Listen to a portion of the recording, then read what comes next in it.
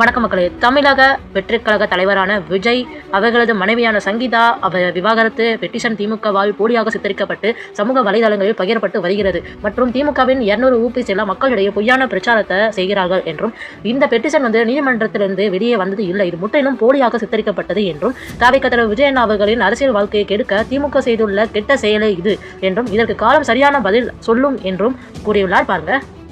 Petition வெளியில வந்துச்சுங்களா? இந்த petition கோர்ட்ல இருந்து வந்த பெட்டிஷன் கிடையாது.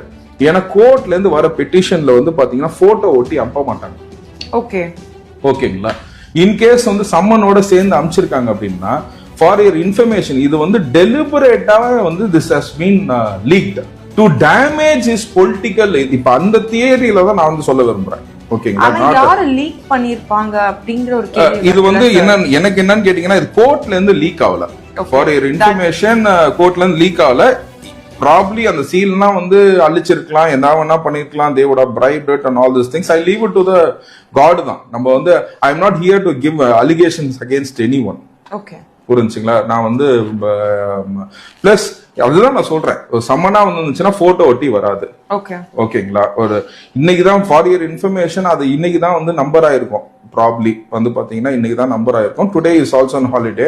அவருக்கு அவர் இந்த பெட்டிஷனை ரிசீவ் பண்ணணும்னா கூட it will take Wednesday or Thursday to receive the summon. If இன்னைக்கே அவ்வளவு சீக்கிரமா கோர்ட் வேலை செஞ்சிருந்தா கூட அதுக்கு முன்னாடியே case number, next hearing date, இந்த பெட்டிஷன் வெளியில வந்தது, இது எல்லாமே பாத்தீங்கன்னா it is only I leave it to God.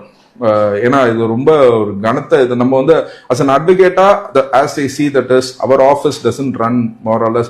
நாங்க ஃபேமிலி கேஸ்னா பாத்தீங்கன்னா எங்க சீனியர் எனக்கு சொல்லி கொடுத்தது பாத்தீங்கன்னா let us spend more time for the family matter to get them to united.